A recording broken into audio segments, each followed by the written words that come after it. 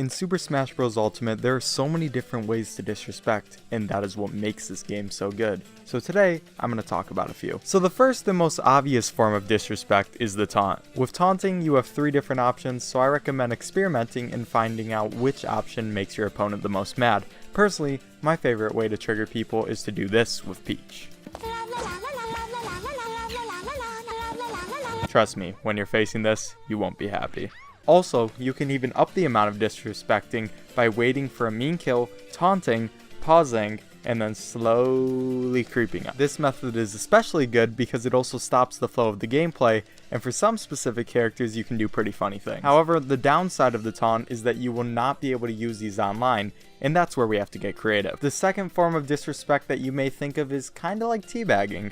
By constantly pressing down on your controller, you can do what is like a taunt, it's just not as expressive.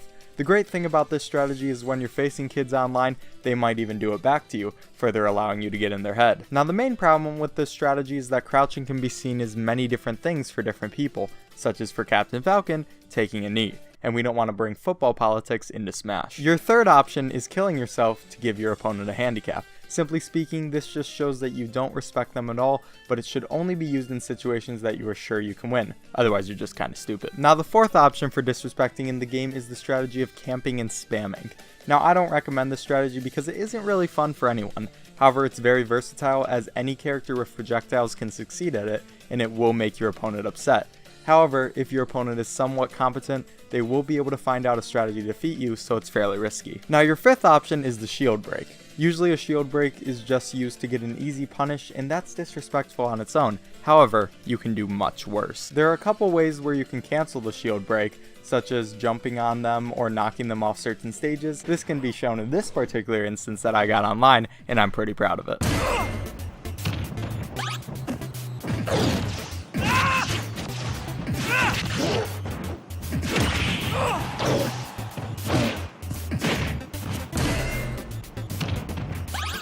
The downside to this strategy though is that only a few characters are able to consistently shield break, and you're kinda giving away a free kill. It's still a funny thing to do though when you get the option. Finally, the last way to disrespect in Super Smash Bros. Ultimate is character specific taunts. Remember how I said you can't taunt in online games?